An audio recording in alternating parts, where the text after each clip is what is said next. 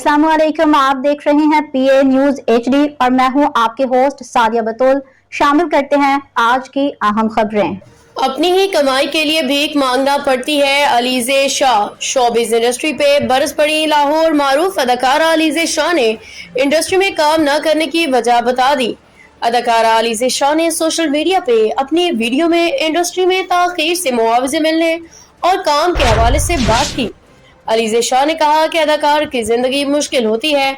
हमें एक ड्रामे का चेक 3 महीने बाद मिलता है। अपनी ही कमाई के लिए हमें लोगों से भीख मांगनी पड़ती है कि चेक का क्या हुआ। जब चेक मिलता है तो ऐसा लगता है हम पर कोई एहसान किया जा रहा है।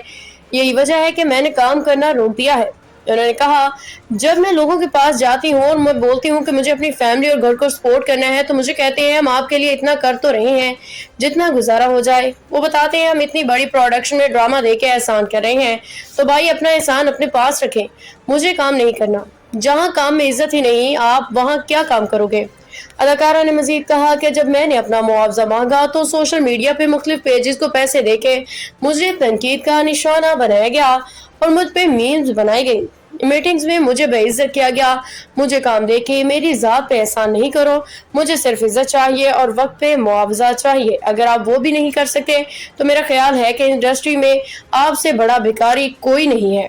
न्यूज स्टूडियो से अब तक के लिए इतना ही। मजीद खबरों और अपडेट्स के लिए देखते रहिए PA न्यूज HD।